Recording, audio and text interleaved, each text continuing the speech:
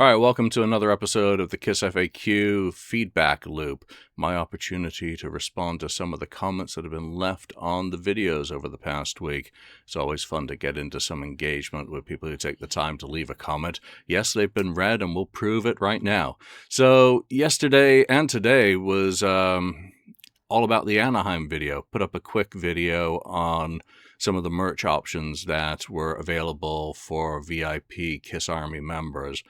They've been more broadly shared today, and we now know that there's going to be digital platform releases of the Anaheim release. Some of the items are now sold out, obviously from the pre-sale, but there was also a very cool KISS Army Early Access video issue today. So if you're a member of the KISS Army, do check your email because you will have gotten a message from KISS Online with a cool featurette about the Anaheim release featuring commentary from Gene and Paul, along with some absolutely fantastic restored video footage from it. And there's not even any video being released as part of the package, so it's nice that they've gone to that sort of effort to promote this by making use of what was available to them from that show. So very cool. Obviously, I am excited about this. It's nice to be excited about a KISS release, more so in some ways than a box set, because this is a very unusual thing. It's off the steroids on soundboards,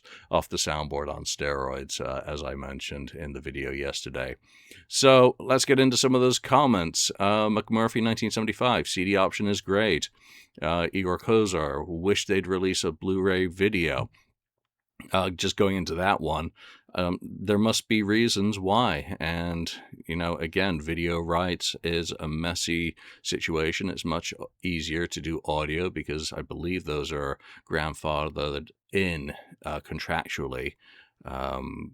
Pretty much, I think the contract of 1975 made it clear that Casablanca owned all audio recorded by the band at the time. And of course, I did mention yesterday that late 1976 deal done with Eddie Kramer. So again, that's not an area that any of us, I think, have enough information to really talk about intelligently. But there would be a reason. Rome Loves Dan, man, this is exciting. Listening intently, I love the idea of the booklet reminiscent of Alive 1 and Alive 2. Do we think it is a missed opportunity to do an expansive multi-format audio-video package? Of course, rights holding negotiations may prevent many projects from being as great as they possibly can be. Well, I think they went to a great effort to do a booklet that comes with the higher-priced items. I think it's 40 pages in the picture disc edition and 60 pages in the SHM CD, which is why that has a price point attached to it, along with having coins as chotkeys for inclusion in those, along with, I guess, posters and other stuff. I can't remember off the top of my head what it is.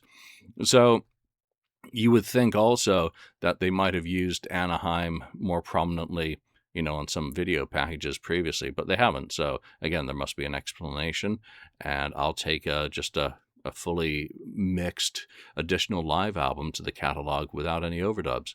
So Michael J. Black, this was the first KISS bootleg ever bought back in 1977. Very excited to see an official release. Yeah, I mentioned a couple of those, KISS Destroys Anaheim and Unnecessary Evil, I think it was. Jay Zackstad, can't wait for this. I've had the VHS, DVD, CD of the show, but now in its original glory. Well, not only that, but freshly mixed by Eddie Kramer is a very exciting thing. So yeah, those soundboards that we've had weren't really multi-tracks. The videos have been of various quality or varying. There was the one that came out during the Loomis era of a different angle, which was very exciting at that time and stood out. So yeah, very cool. JJ Mag 62, this should sound awesome since the show was mic'd up and properly recorded, and with Eddie Kramer twisting the knobs, it'll rock. I'm stoked. Joseph Kiss Sr., now this is an exciting release. Ordered the picture discs, sets, and the shirt. Had to be done. Larry Lemons, I just got the picture disc and colored vinyl. I hope we get something special for Rockin' All Over. Yeah, me too. Who knows what might happen now? They seem to really be rolling in terms of getting these releases through the pipeline going back to 2025 and 2 box sets done that year. Tom Tobin, I ordered the color vinyl copy today. Where is this? Guitar Garage. Didn't Universal have a massive warehouse fire a few years ago that destroyed a bunch of master recordings? Glad this one wasn't lost. Yeah, Jeff Ura spoke about that at the Vegas event last year and said that, or at least I believe, that none of the KISS assets were affected in that fire, and many of the tapes that were lost in that were copies. So, for what that's worth, I don't doubt that some things were irretrievably lost, but from what he said, does not affect KISS, who were predominantly, well, I don't know if they were East Coast, but he certainly seemed to put that one to rest permanently. Renemies. I'm really stoked by the price. I'm really shocked by the price of the CD. Almost $80. That's insane.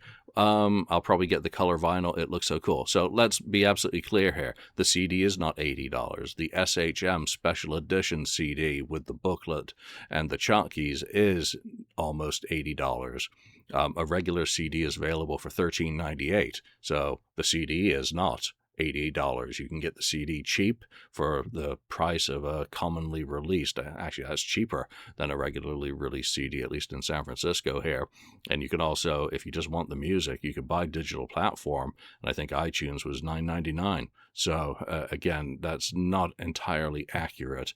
But if you only see that one CD, you may think that, oh boy, scroll down. There's one without all the extra goodies as well for those who just want the music.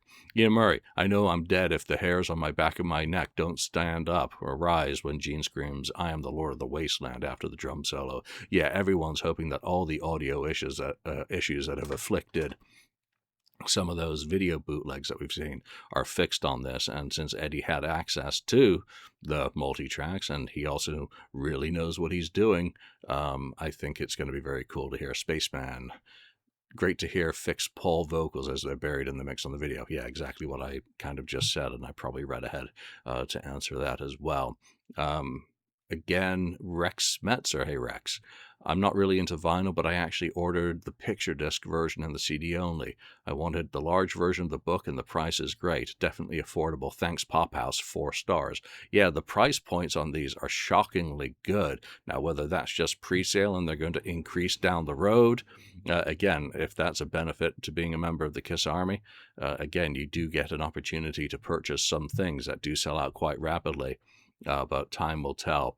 Rick, 63092. How long has the Allman Brothers line been under the KissFAQ banner? Never caught that before. That's been under the banner forever. Well, since the end of the road came to an end in December 2023, and that is The Road Goes On Forever, which was, of course, an Allman Brothers compilation in 1975. I had to Google that. I didn't know that there was any relation between the two. It was just, I actually took it from The Hobbit. So there we go. The Hobbit, KISS, and the Allman Brothers. I'm going to have to check out that compilation. I did see the track listing. It looked really cool. Guy Incognito, August in Anaheim. It's a wonder their faces didn't melt. I think the weather that day wasn't outrageously hot, though you were in a stadium, so I'd have to go back to what I wrote previously about that, but I don't think it was as brutal as it can get in Southern California in that time of year. Colin, I had the vinyl bootleg when I was young, audience recording. I was very disappointed at the time, being in my teens. An official version finally. Nigel. Hey, Nigel. Good to see you. The only thing I don't care for is using the Destroyer art as the cover. The rest of it, perfect, ordered. And thank you for making this affordable. I almost didn't believe the price at first. Yeah, a lot of people are shocked by the price. Again, the artwork. I mean, how many different ways are there to skin a cat here? And when it's a Dynasty, Freudian slip, perhaps. When it's a Destroyer Tour multi-track live release, I mean, what can you do? Well, I guess we'll see some alternatives popping up for people answering that question themselves, hopefully without AI. So, Kawanda. No idea if that's right, but I've given up. This is cool to finally see them release it, but the cover could be better. Hey, you know, I'll take the music and the packaging. I think wins overall for this. Can I only buy it on their official store or on other websites as well? That's Nico 2643. That has now been answered. It'll be out on digital platforms. I don't doubt that we'll see some versions of the album available on other marketplaces such as Amazon and perhaps internationally in marketplaces that are more suitable to whatever those markets are. But I also wouldn't be too surprised if there are some exclusive to Kiss Online only products. So we'll have to wait and see the complete answer to that. But certainly you've got digital elsewhere, everywhere. And again, time will tell. The finisher, way too expensive when you convert US to Australian. I guess if you're buying an import and then have postage and all that and an exchange rate, and who knows what the situation is with tariffs and import duty or whatever, it would seem expensive. But again, the international pricing digitally, I think, is going to align with the general pricing for those markets. So, again, $13.98 for a CD, whatever the equivalent is in Australian dollars. I don't think there's a lot of scope to complain there, and we'll have to see, again, if those higher level packages are available domestically for not only the Australian market, but the European, for that matter, and Japan. So, again, we'll have to wait and see. And we'll end on Debbie Downer. Pennant already sold out. Sick of it, just cannot stand it. Yes and no. I agree and I disagree. On the one hand, we've seen a lot of things sell out very rapidly. Picture discs, other pennants went like hotcakes. I remember in New York City in 2023, people were going bonkers for some of those pop-up store products and just going all Ferengi scavenger, in addition to the New York mentality of grabbing everything that wasn't nailed down to put up on eBay. So that is what it is, unfortunately. But if you do join the KISS Army, that is one of the benefits you get for getting the notifications and a first shout at being able to get that stuff. So that's a bummer for you. I'm sorry you're not able to get something that you wanted, but that sadly is just the way the market goes. All right, moving on to this week's podcast episode, Tiger Stadium, 30th anniversary. Still very cool. Did enjoy watching back at that. We didn't get to the "Are they the greatest" part of that headline topic because we just went... We had a good conversation about Tiger Stadium and the reunion and some other tangents around that. Killer 8186, I was at Tiger Stadium and also 10 other 96, 97 shows. Best time of my life to be a KISS fan. Lucky you. The magic was back. Yeah, again, very lucky to have been able to see that many shows. I drank my gas money in England and did not get to see any of those November shows. And then, of course, my car broke down on the way to Finsbury Park. So I was well buggered in the reunion era. Joseph Kiss Sr., really fun to look back at the show. I get goosebumps watching the stage walk. Such a great time to be a fan. It was magical. It felt like a rebirth. Somebody should write a book about the reunion period. Yeah, I'm trying to finish it. Got a few bits and pieces still to try and get to fill gaps. And I had some great help from a Danish fan this week who's always been super helpful to all my projects, who really did help me with reviews for Copenhagen and filled in quite a few other gaps as well. So there's only a few deal breakers that keep me from going, and that's Italy, and also I guess Spain 97. I need some press and show reviews for that. Italy for December 96. Really need some of that. Local reviews or Italian language ones. I can do the translations, no problem with technology. But if you can help out or know someone who can, let them know so I can get this book out and we can be finished with another super duper tour. Commemorative, I'll call it. All right, so Johnny Clash, I was there, right there on Gene Size. Bass so heavy hitting my chest, I thought it was going to knock the wind out of me. Still missed Tiger Stadium. 83, Marcella. I was so frustrated that Kiss did not play Brazil whilst they performed in Chile and Argentina. We had to wait another 2 years for the Psycho Circus tour. Yeah, I've got no idea why they did that. I've never really thought about it, to be honest. I'm sure there was a reason. Maybe it was bad memories of 1983 and getting their equipment back, that they didn't want to risk it. But again, yeah, sorry you had to wait and that it was for the Psycho Circus tour. Still, At least they did go south of the border. Ghost Musician Union. I was at the Tacoma Dome show, August the 31st. I had continued to go, going to Kiss tours, but missed Creature, so I hadn't seen them in makeup since Dynasty. I unfortunately overslept. The morning tickets went on sale. That put me back quite a few rows, but it was an exciting time. The reunion years never quite felt like the 70s, but it was its own era. Great memories. If Peter was Gene and Paul's MVP, why did they lose faith in him by the Psycho Circus album? Read his book. Read their books. Again, I think they were all kind of sick of each other by the end of that tour. It had been a good run, but it had been very, very hard work, and it was very grueling. So that'll really take the spit out of you. Jules Cundiff. Hey, Jules.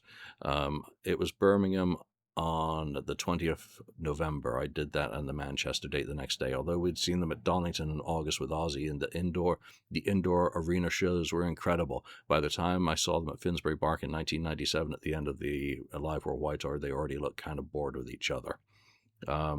Julian. This is Slurry God taking me to task for a comment that I made. Paul can still sing. He just doesn't sound like he did when he was 55. He needs to sing in a different way. Yeah, you're absolutely right there. He can still sing. Obviously, the Soul Station stuff shows that he can work around whatever limitations are afflicting him with age. And again, we don't have the inside baseball, what it is. It may just be time. I don't want to be Dr. Internet trying to figure out, what may be going on. But again, it's a different way. Is that the Kiss way?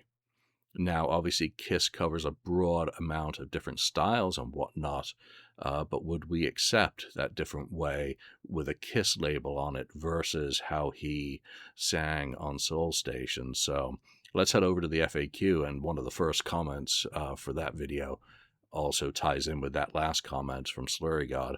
I'm also not convinced. This is classic Kiss 54, by the way. I'm also not convinced Kiss should make another studio album. Paul's voice naturally isn't what it once was, and I don't think technology should be used to recreate something that's no longer there. That's why the announcement of new songs for the Avatar shows didn't surprise me. It feels like an expected marketing hook, and I'm skeptical there'll be anything more than generic songs written to support the attraction. Now, I'm with you and the abuse of AI tools to shape a puddle of poo into something that does a sonic boom. Now, if they have a full song with a Paul vocal from the 80s, the 90s, or the 70s that can be used with updated music, then I'd be okay with that. But if they have to perform a whole different level of wizardry and it doesn't sound right, it's not going to be authentic or convincing or legitimate. So again, it's down to the levels that they go to, I think, for me. But also, I guess we'll have to wait and be surprised if they do, do stuff. How do they do it and how does it sound? We'll have to judge at the time when we've got actually some evidence to judge it by. So again, I'll give it a fair listen. Godey.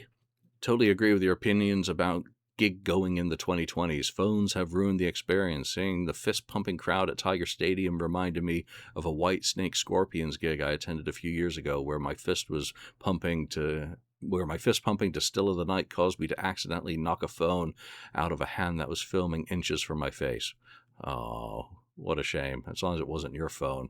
But yeah, phones have become an absolute bane. I think watching Angine de Poitrine tour at the moment and really enjoying those fan-filmed videos from every show, same for Rush on tour, I think there should be a designated filmer at every show. Everyone else, put your frickin' phones away and just let that one person upload some video to YouTube afterwards to share with everyone else and leave it at that. Not everyone has to capture the same damn footage, but just make sure whoever's capturing it knows what they're doing. They're not holding it vertically. All right, Shoopy. The reunion ended up being larger than I thought it would be for sure. Should have known when Tiger Stadium sold out in less than an hour. For my first show of the tour in St. Paul, I ended up going through a ticket broker because I waited too long. I think I paid more than double face value for ultimate nosebleeds, but I was on the sides close to the end with the stage. Great times for sure. I agree that we never got a proper release with this show until the Kissology series is a travesty. Yeah, those tickets are probably still a heck of a lot cheaper than End of the Road. That's for certain. Baseman Steiny. I was fortunate enough to get a ticket for the Tiger Stadium show. I was in college at the time. My dad and brother, he was in high school, went to Hudson and got a ticket for my bro and I. The show was awesome, but the vibe outside the stadium was just as cool. You really hadn't seen a Kiss fans at a Kiss concerts in makeup for a long time up until that point. At least I hadn't. I mean, in the 70s you did, but the 80s and 90s you didn't. Maybe a very few. Everyone blasting Kiss music in the parking lots. It was like a carnival atmosphere outside of Tiger Stadium. When they opened the doors and let us in, I was amazed by how large old Tiger Stadium was. Up until that point, I was seeing Kiss and other bands in hockey arenas, Palace of Auburn Hills, NBA arena, and clubs. We walked in there, and there were fan-made banners hanging from the upper bowl section, if I'm remembering correctly. I've seen a few baseball games since the Kiss show at Tiger Stadium also. Sad that stadium is no longer with us. Yeah, for everyone I know who went to it, and there are quite a few guys who drove from New York and went in from, the rest of the world, obviously, and all the local Midwestern folk, it was an amazing occasion. It really was the moment that the reunion became real. And they had done so few stadium shows. That really made it special. And it was partially for Tiger Stadium that I went to the Psycho Circus first show in Dodger Stadium. 2 years later, I'd come back to the States by that point. So I had to see Kiss in a stadium. And that was not only my first show, but the first show of the tour. And I'm glad I went. Choose one had this to say: Tiger Stadium, great to hear it was sold out. I was in the UK. But when I saw photos and heard the footage, they looked old, although they looked better as the tour went on. They played really slow and pedestrian. Gene didn't lose enough weight and his voice was shot. Well, I'm not going to take any shots at anyone about their weight. But yeah, the tempo was a little bit slower, and I don't know why they chose that tempo.